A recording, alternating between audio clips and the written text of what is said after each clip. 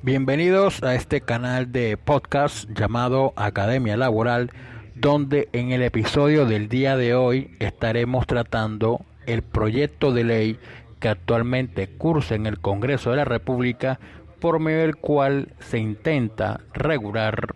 la modalidad de trabajo en casa. El proyecto de ley 262 del 2020 cuenta con cerca de 13 artículos que regulan lo siguiente. Por un lado, el ámbito de aplicación de la modalidad de trabajo en casa. Por otro lado, trae una serie de definiciones, así como la aplicación de la modalidad de trabajo en casa, los medios y los mecanismos para desarrollar el trabajo en casa, una serie de obligaciones a cargo del empleador, otra serie de obligaciones a cargo del trabajador y unas obligaciones de las ARL, así como los derechos que conciernen al trabajador que estén bajo la modalidad de trabajo en casa, la jornada de trabajo, los manuales de funciones y lo relativo al reglamento interno de trabajo y un par de decretos reglamentarios para que se pueda llevar a cabo la modalidad de trabajo en casa en todas las empresas y en el sector público del país. Para empezar, hay que decir que este proyecto de ley tiene como antecedente a nivel internacional el convenio 177 y la recomendación 184 de la OIT, que tratan acerca del trabajo a domicilio, que a la fecha no ha sido ratificado por parte de Colombia, por lo que en principio no haría parte del bloque de constitucionalidad en sentido estricto, tal como lo establece el artículo 93 de la Constitución, por lo que pues se puede tomar como una recomendación. Sin embargo, al revisar la página de la OIT, encontramos que el mencionado convenio 177 se encuentra en estado de sumisión.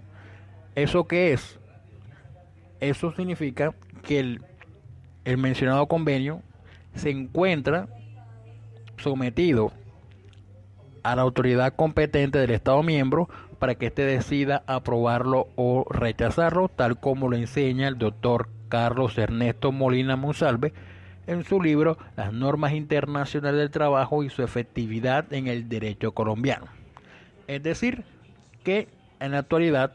el convenio 177 está a la espera de que el Congreso de la República expida la correspondiente ley para que el mencionado convenio haga parte del ordenamiento interno y a su vez, ya ratificado, haga parte del bloque de constitucionalidad. Ahora, en la exposición de motivos del proyecto de ley se consignó que lo que se pretende es establecer una serie de definiciones y regulaciones necesarias para el desarrollo de esta modalidad de trabajo en casa,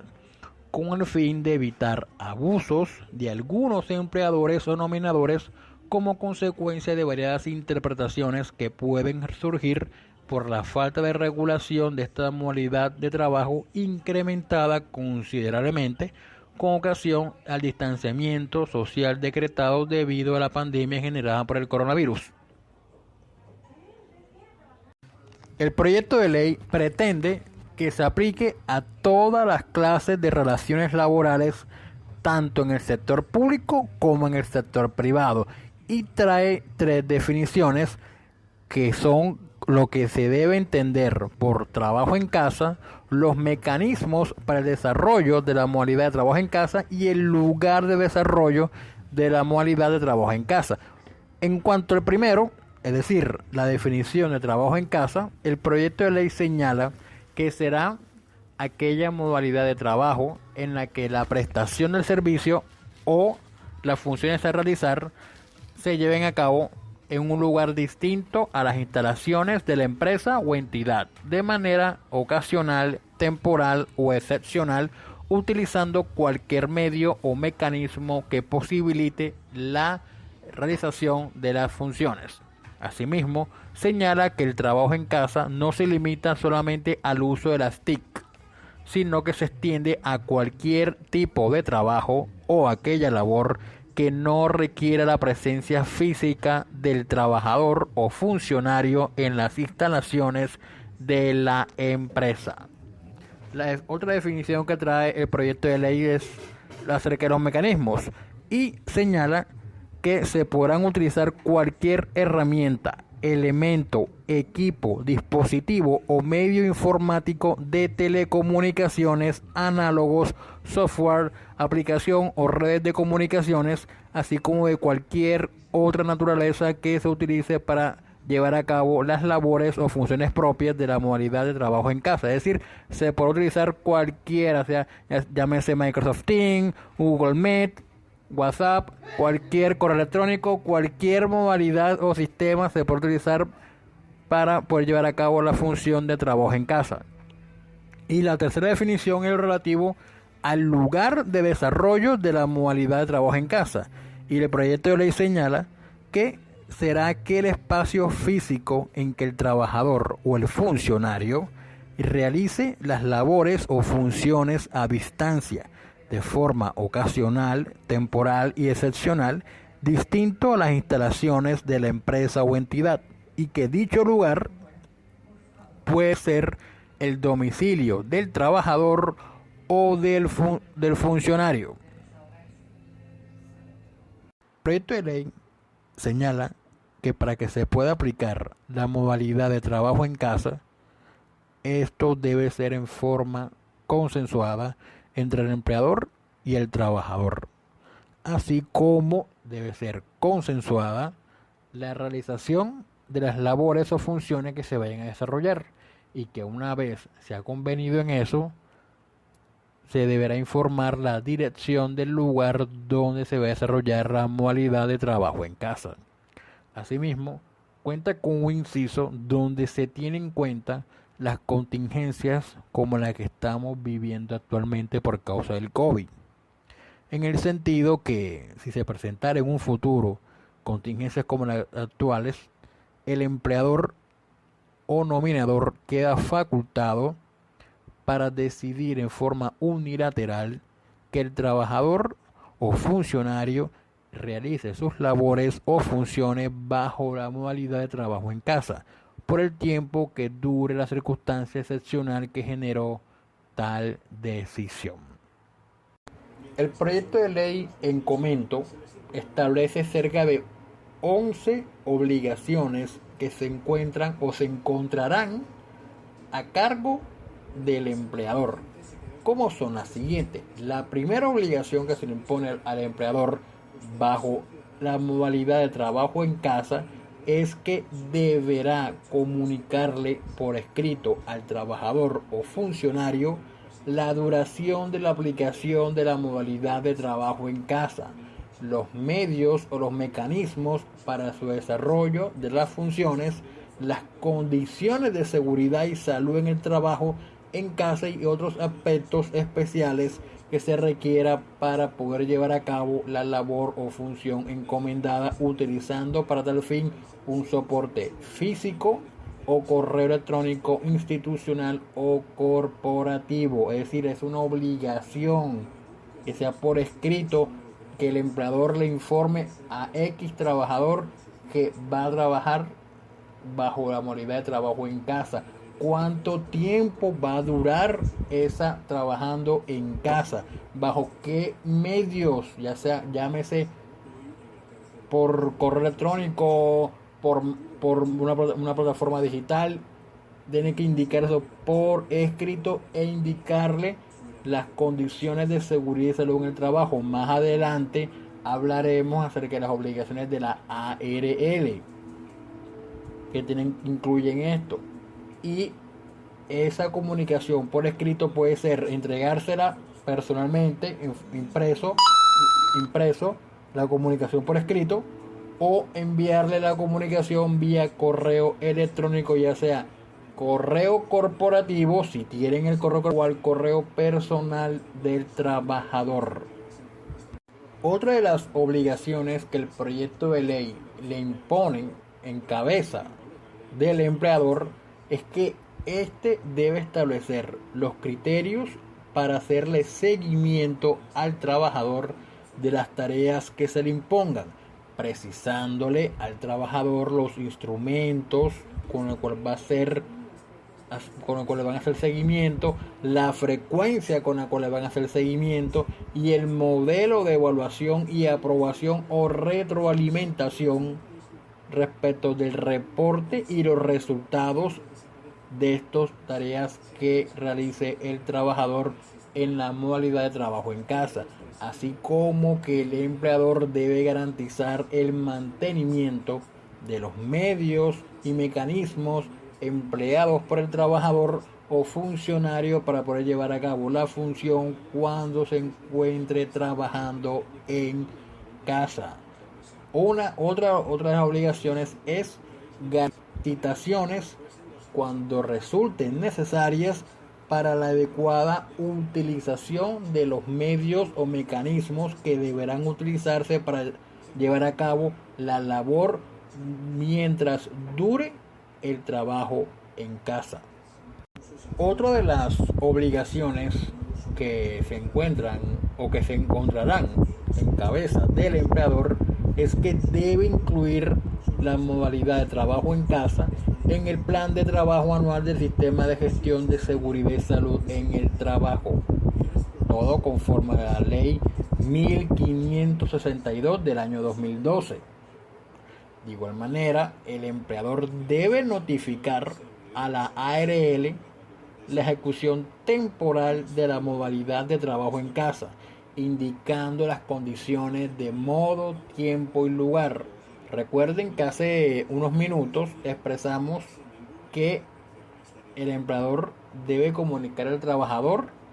por escrito la duración de la modalidad de trabajo en casa y así como las condiciones de seguridad y salud en el trabajo. Entonces,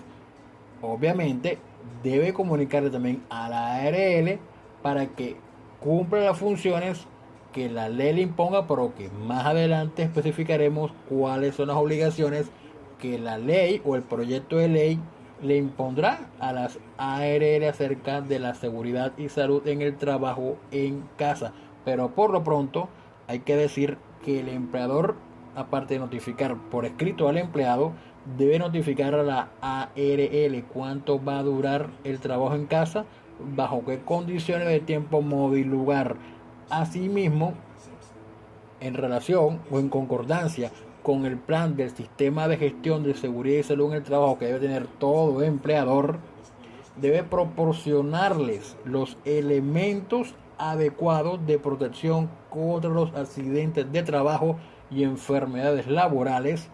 en la forma en que garanticen al empleado razonablemente la seguridad y salud en el trabajo durante esté trabajando en casa. Otra de las obligaciones que va también acorde con lo que estamos hablando acerca de la seguridad y salud en el trabajo es que debe informarle no solamente a las ARL la ejecución temporal de trabajo en casa y bajo qué condiciones de tiempo, modo y lugar, sino que debe informarle en el mismo escrito a las ARL las medidas, las condiciones y las recomendaciones de seguridad y salud en el trabajo y contar y dar a conocer los mecanismos de comunicación como correos electrónicos y líneas telefónicas directas con el empleado para que se puedan reportar cualquier tipo de novedad derivada del desempeño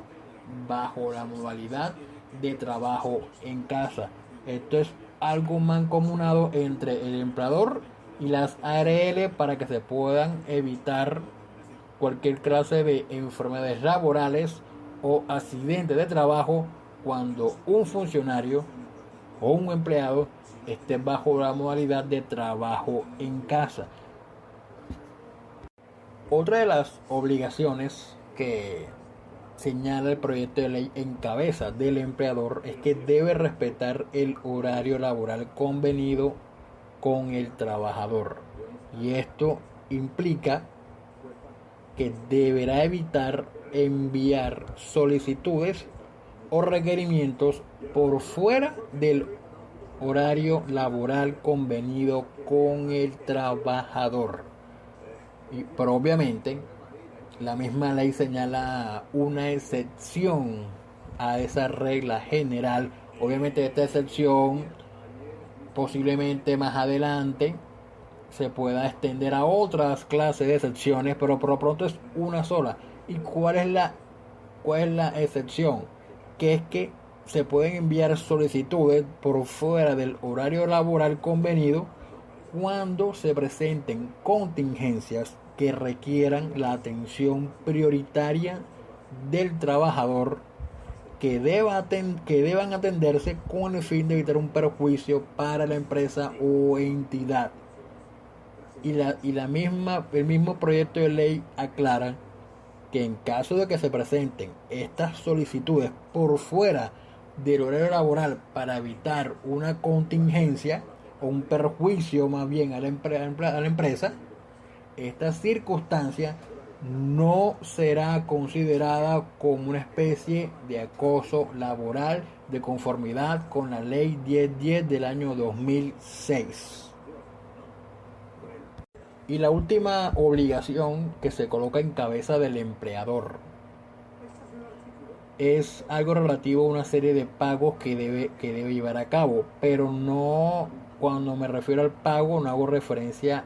al tema del salario o de la asignación básica mensual, porque eso se entiende que está contemplado tanto en las obligaciones que establece el Código Sustantivo del Trabajo y los decretos que establecen lo relacionado con la asignación básica mensual, sino a una serie de pagos que la misma ley aclara, o el proyecto de ley aclara, que no serán objeto de factor salarial para el tema de la liquidación de aportes al sistema y de prestaciones sociales. Entonces, ¿cuáles son esos pagos que se le imponen al empleador o que se le impondrán al empleador que no serán objeto de factor salarial? Uno es pagar un porcentaje del valor de la energía eléctrica que el trabajador o funcionario consuma con ocasión de los medios o mecanismos que establece esta ley para desarrollar esta función. Ahora, en cuanto a este porcentaje del valor de la energía eléctrica, el mismo proyecto de ley señala que será objeto de una reglamentación por parte del gobierno nacional que establecerá el porcentaje, la tarifa que deba pagar el empleador por auxilio de energía eléctrica. Y ese valor, repito, no será objeto de factor salarial. El otro pago que tampoco será objeto de factor salarial es el auxilio de compensación de gastos, cuando los medios o mecanismos para el desarrollo de la actividad de trabajo en casa sean proporcionados por el trabajador. Debe compensar esos gastos que, aunque la norma no lo dice, al final del proyecto de ley señala que este proyecto de ley deberá ser objeto de reglamentación para poder llevarla a cabo. Suponemos acá que en ese decreto reglamentario se establecerá ese auxilio de compensación de gastos, ese porcentaje de valor de energía eléctrica, y el último pago, que tampoco será objeto de factor salarial, es el valor establecido para el auxilio de transporte, que se pagará como auxilio de conectividad digital a aquellos trabajadores que devenguen hasta 2 salarios mínimos legales mensuales vigentes. Recuerden que el auxilio de conectividad se paga actualmente por la contingencia del COVID gracias a un decreto que expidió el gobierno nacional durante la vigencia de este estado de excepción. De las obligaciones del empleador, ahora pasamos a las obligaciones que el proyecto de ley coloca en cabeza del trabajador que esté bajo la modalidad de trabajo en casa. Y son por lo pronto 3. La primera es que el trabajador debe ser la única persona que puede utilizar los medios y mecanismos suministrados para desarrollar sus labores cuando se encuentre trabajando en casa, y tiene el deber de restituirlos en buen estado a excepción del deterioro natural por el paso del tiempo. La otra obligación que tiene el trabajador es que en caso de daño del medio o del mecanismo suministrado por parte del empleador, debe informar al empleador de manera inmediata, es decir, no se debe quedar callado, debe informarlo enseguida a fin de recibir las instrucciones necesarias para brindarle continuidad a sus labores o funciones. Y la tercera obligación, por lo pronto, que se consigna en cabeza del trabajador y que debe cumplir, es que debe cumplir con las medidas adoptadas por la ARL. Y eso, en caso de incumplimiento, daría lugar a que se dé por terminada la ejecución de la modalidad de trabajo en casa. Esas son las propias tres obligaciones que están en cabeza del empleador. Y no se olviden, son obligaciones del trabajador que si las incumplen, no solamente puede dar lugar a que se dé por terminada la labor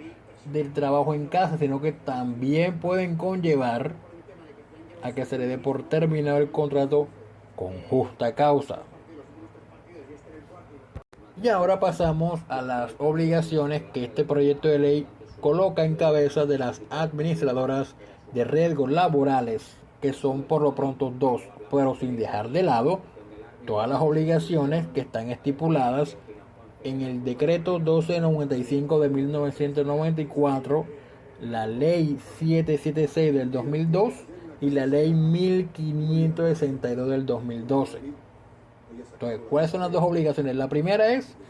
incluir la modalidad de trabajo en casa dentro de sus actividades de promoción y prevención. Y la segunda obligación es visitar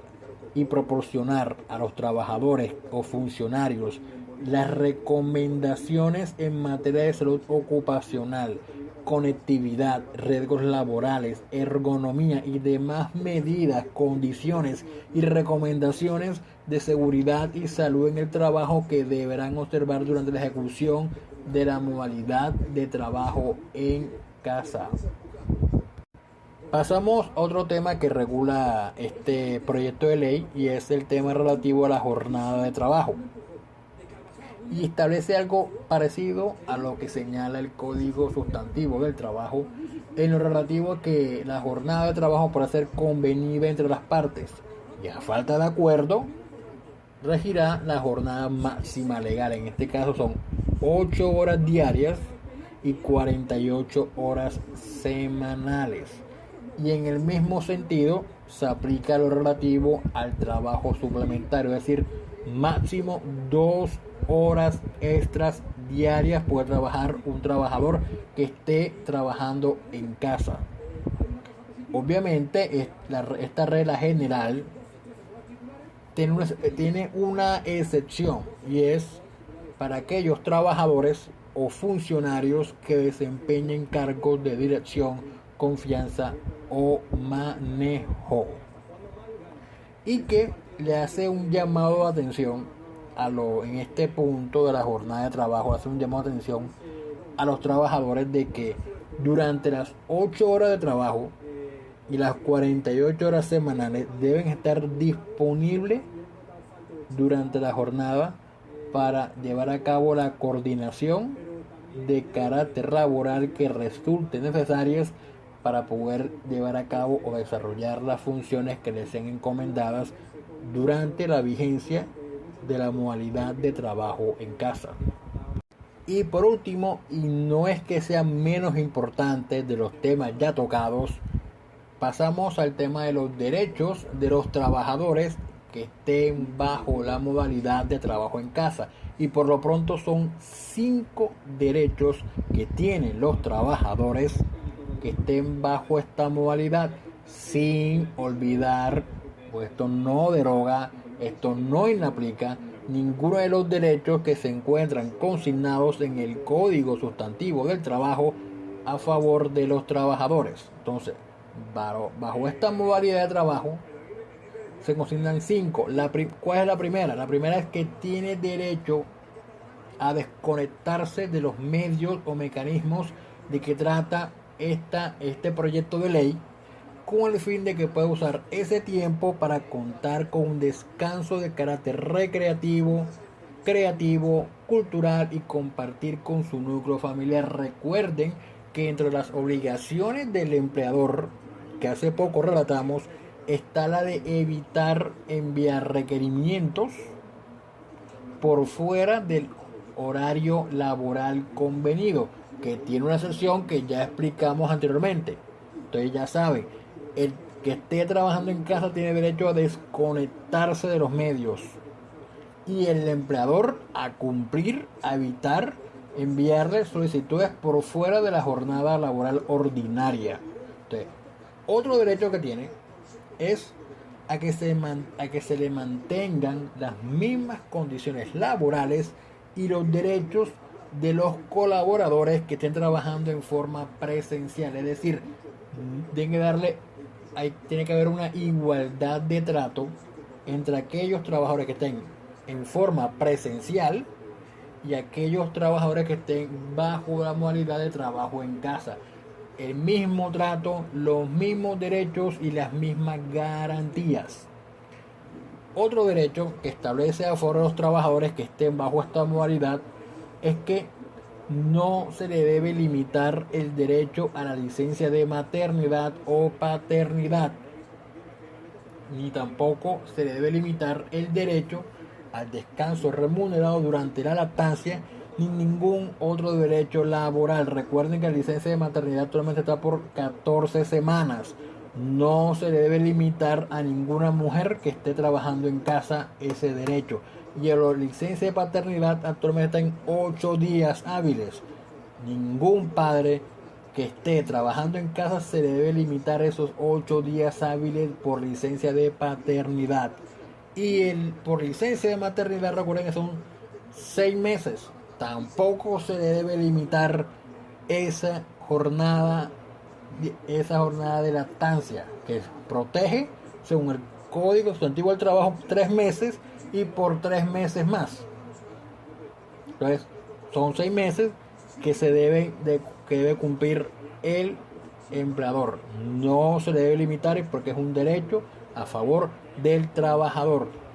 Otro derecho a favor del trabajador es que se mantengan vigentes sus derechos sindicales. Por ningún lado se le puede restringir el derecho constitucional de asociación. Puede vincularse a cualquier sindicato que él quiera o fundarlo si él quiere. Se le mantiene vigente ese derecho de asociación. Puede vincularse a cualquier y que se le descuenten las cuotas sindicales que tengan que descontársele. Y por último, el último derecho que establece a favor de los trabajadores es que esto no es un derecho como tal, es una facultad a favor del trabajador. Y se puede solicitar por escrito, así como el empleador tiene la obligación de comunicarle al trabajador que va a trabajar bajo la modalidad de trabajo en casa e informarle cuánto va a durar esa ejecución temporal. El empleado puede, repito, es una norma facultativa, decirle al empleador que le cambie esa modalidad, ya sea por teletrabajo o trabajo presencial. Y el empleador puede aceptar ese cambio de modalidad en caso de que se pida el trabajo presencial, siempre y cuando no existan circunstancias excepcionales de orden público, calamidad pública o desastre que lo impidan. Recuerden que hace unos minutos atrás expresamos que se tienen en cuenta las contingencias como que estamos pasando actualmente por el COVID, que si ocurre un desastre, una calamidad pública o algo que genere un decreto de una declaratoria de estado de emergencia, el empleador puede tomar la decisión unilateral de decir que X o Y trabajador se va a trabajar bajo trabajo en casa. Entonces, el empleador puede solicitar ir a trabajar de forma presencial, pero si el empleador dice no, me sigues trabajando en casa o teletrabajo,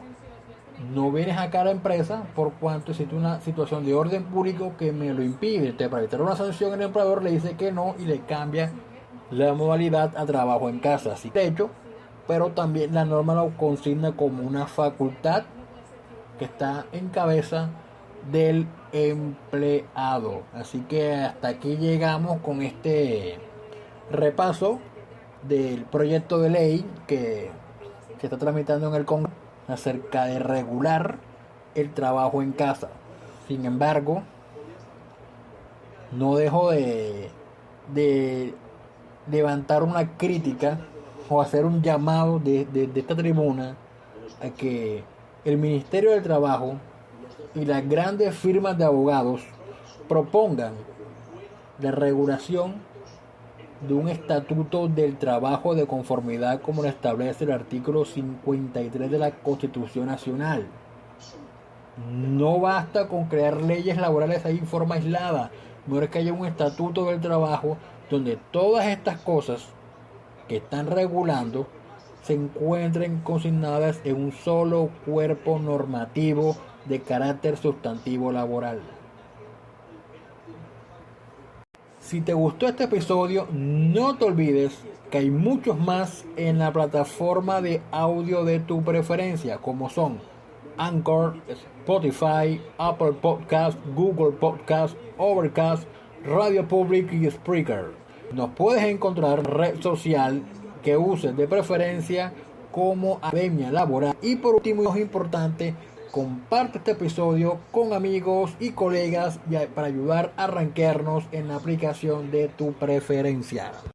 Y si requieres ayuda para la redacción de algún escrito, llámese derecho de petición, acción de tutela, demanda ordinaria laboral, recursos ordinarios y extraordinarios, búsqueda de jurisprudencia o columna de opinión acerca de determinado tema, así como para resolver cualquier inquietud, consulta o duda acerca de los siguientes temas de derecho laboral, seguridad social y derecho constitucional, así como si deseas clases particulares acerca de derecho laboral y de seguridad social, puedes contactar a este servidor a través del número de celular 318-414-3842 o a través de las redes sociales, a través de Facebook, Twitter, Instagram o a través de la aplicación de mensajes de la plataforma de Anchor.